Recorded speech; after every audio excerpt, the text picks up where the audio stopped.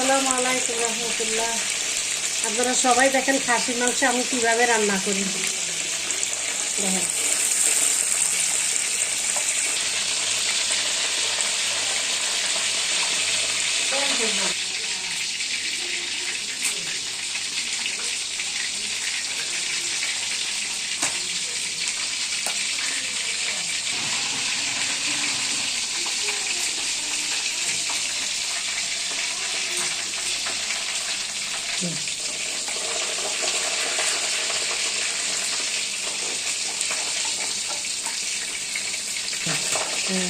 গরম মশলা দিয়ে দেওয়ার পরে দিয়ে দিলাম আমি অন্ধকার দিয়ে দিলাম আদা।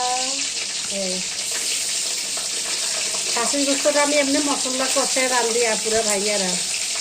রসুন দিয়ে দিলাম, দিয়ে দিচ্ছি আদা। এই বুঝছেন, আদা দিয়ে আমি ভালো করে কষাবো।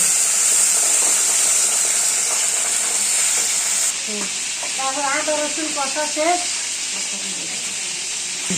আদা রসুন কষানো শেষ, দিয়ে দিলাম এই যে মশলা,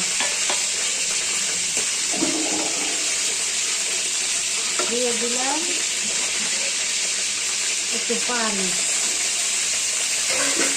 একটু পানি না দিলে হলদি মরিচ পুড়ে যাবে, বুঝছেন। এই যে কষানো শেষ, এবার আমি দিয়ে দেবো খাসির গোস্ত। এই দেখেন কিভাবে রান্না করি, দেখছেন। এই যে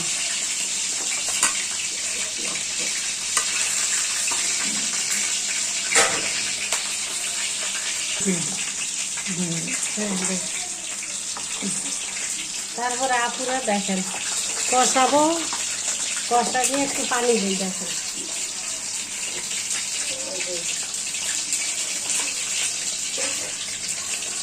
অল্প করে দিলাম।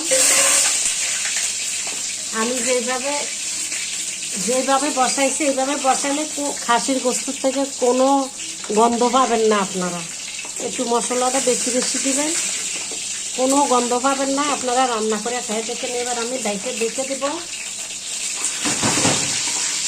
এবার আমি দেখে দেব। আপনারা ঝোল যে যেরকম খুশি এরকম খাবেন, ঠিক আছে।